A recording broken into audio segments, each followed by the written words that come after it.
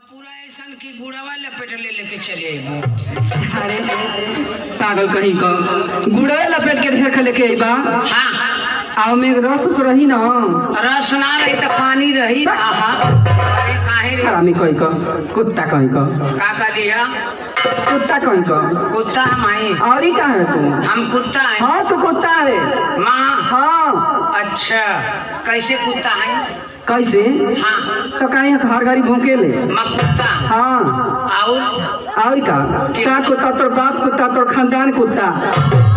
अच्छा माँ कुत्ता। हाँ मोर दादू कुत्ता और दादो कुत्ता मोर भाइयों कुत्ता और भाइयों कुत्ता पूरा खानदान कुत्ता पूरा खानदान कुत्ता फूल कुत्ता। हाँ ये बता का माँ कुत्ता हाँ मोर दादा कुत्ता हाँ मोर भैया कुत्ता हाँ मोर खानदान कुत्ता सब कुत्ता तो ये बता माहू कुत्ता हाँ तो हमहन पूरा पलवरिया मिल के हाँ कहिया तोर भदेली चटले रहने।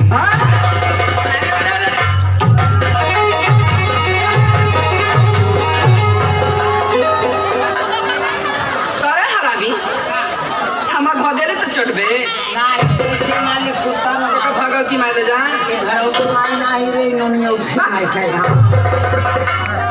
बता का कुत्ता के कहल जाला? के कहल जाला? एक बेर कही कैसे कुत्ता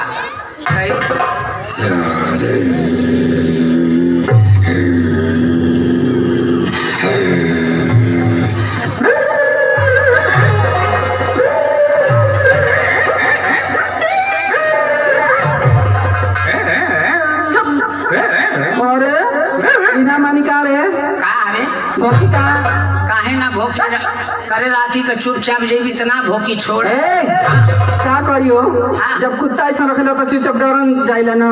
हाँ तो उ करियावा कुत्ता कौनो लोहा का कुत्ता ना है। ई केकर कुत्ता हो?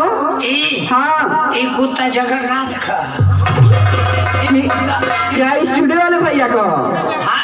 ये पलले वहाँ बिलैतिया कुत्ता। अच्छा सत्या ऑर्केस्ट्रा वाले ना देहाती कुत्ता तगड़ा पड़ तोरी नहीं है तोरी नहीं हो जानत है वो ऐसा की केहू आवेला तो पोखिया के भोकला वो केहू के देखी ना इतना कटहा है ना जहाँ ऐसा वो भोंके लगा। अच्छा तो जिरी ऐसा करिया रात का पहले हाँ नहीं तो तोके देखी तो ढेर भोंके तोके का पता है? अपने कुत्ता के बांध के रखिया। ठीक है वो हम ले जाते हैं बरदौली में बांध देते हैं ना। ठीक बा वो में है जीरी नहीं तो